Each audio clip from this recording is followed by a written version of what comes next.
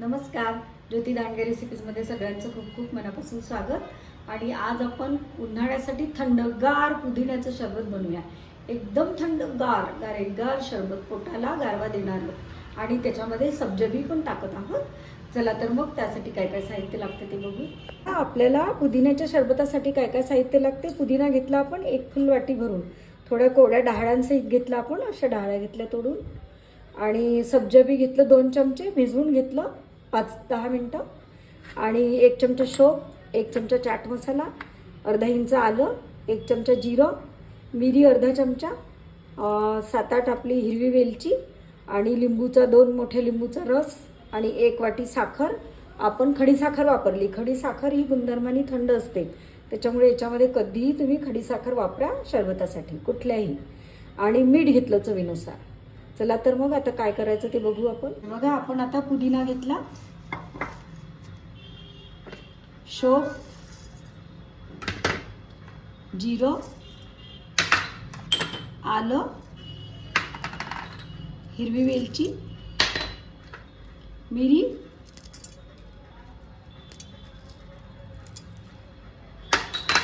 चाट मसाला, मीठ चवीनुसार. तुमच्याकडे चाट मसाला नसेल तर तुम्ही हे पण टाकू शकता, आपलं आमचूर पावडर आणि काळं मीठ. आणि आता हे संपूर्ण साहित्य आपण थोडं पाणी टाकून मिक्सरमध्ये फिरून घेऊया. बघा, आपण असं फाईन पेस्ट करून घेतली याची, पाणी टाकून 1 कप पाणी टाकलं आणि फिरून घेतलं. बघा, आता आपण हे गाळून घेऊया. आपला पूर्ण पुदिन्याचा रस आणि संपूर्ण साहित्य हे छान आपल्याला असं गाळून घ्यायचं आहे. आणखी एकदा थोडं वाटून घेते मी ही बारीक. बघा, आता मी हे चौथा एकदा आणखी वाटून घेते.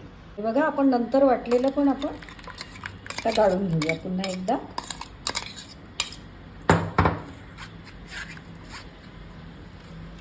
सुरुवातीला ते एवढं बारीक नव्हतं झालं, आता छान बारीक झालं. पूर्ण आपले जे साहित्य टाकलेलं आहे आपण, त्याचं रस फ्लेवर पूर्ण आपल्या शरबतामध्ये उतरतात आणि शरबत चवीला खूप छान होते. हा चौथा आपल्याला शरबतामध्ये अजिबात टाकायचा नाही आहे, हा टाकून द्यायचा आहे, एवढं लक्षात ठेवा. आणि त्याच्यामध्ये सत्व पण काही राहत नाही, पूर्ण निघून गेलेलं आहे. बघा, असं झालं आपलं हे तयार. आणि आता याच्यात आपण खडी साखर जी आपण बारीक केलेली आहे, आधी आपण बत्त्यामध्ये बारीक करून घेतली आणि मग मिक्सरमध्ये फिरवली, जी लवकर विरघळते ती. आता मिक्स करून घेऊया आणि याला थोडं शिजवून घेऊया आपण गॅसवरती.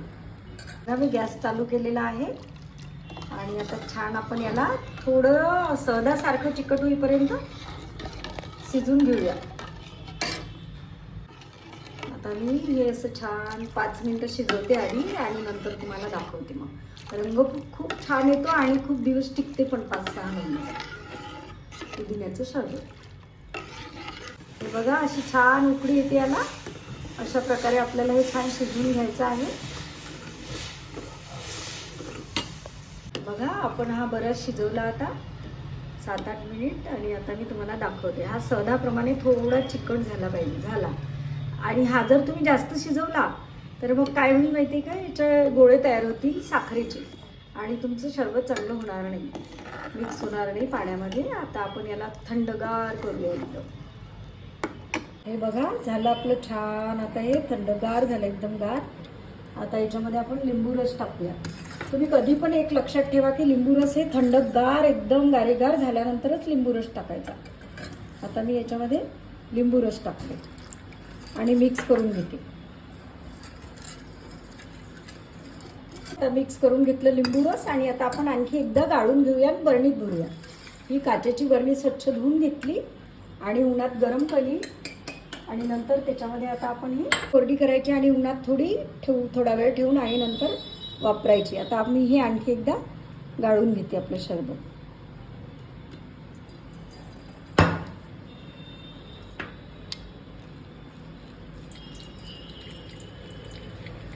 आपलं पुदिना सिरप आपण संपूर्ण आता गाळून घेऊया.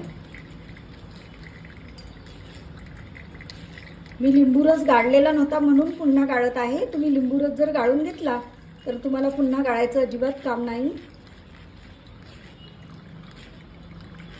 आता मी हे संपूर्ण सरबत गाळून घेते.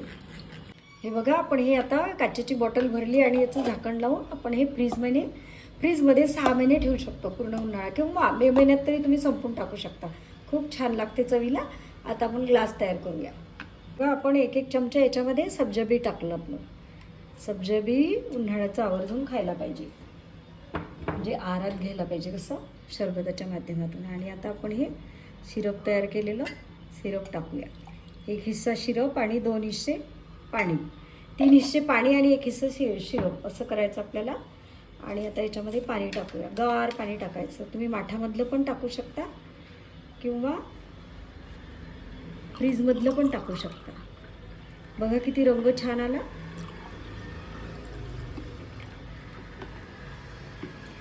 झालं आपलं पुदिना सरबत तयार. आणि आता आणखी वरून थोडा सब्जा बी टाकूया आपण याच्यामध्ये, थोडं आणि मिक्स करून घेऊया. बघा, आपलं A1 पुदिना सरबत तयार. थंडगार बघा, झालं आपलं गारेगार सरबत तयार. आता आपण याचा आस्वाद घेऊया. आणि लहान मुलांना ऊन लागलं असेल किंवा पोटात जळजळ होत असेल, ॲसिडिटी वाढली असेल, तरी हे सरबत खूपच उपयोगी आहे उन्हाळ्यासाठी. अवश्य एकदा ही संपूर्ण रेसिपी बघा. बघा, झालं आपलं एकदम चवीला छान असणारं आणि गारवा देणारं, शरीराला उष्णतेमुळे जो आपल्याला त्रास होतो तो त्रास अजिबात होणार नाही असं हे सरबत आहे. तुम्हाला ऊन लागलं असेल, पोटात जळजळ होत असेल तर आवर्जून ही सरबत फ्रीजमध्ये बनवून ठेवायचं आणि आयत्या वेळी तयार करून आस्वाद घ्यायचा याचा. चला तर मग माझ्या चॅनलला लाईक करा, शेअर करा आणि नवीन असाल तर आवर्जून सबस्क्राईब करा. धन्यवाद.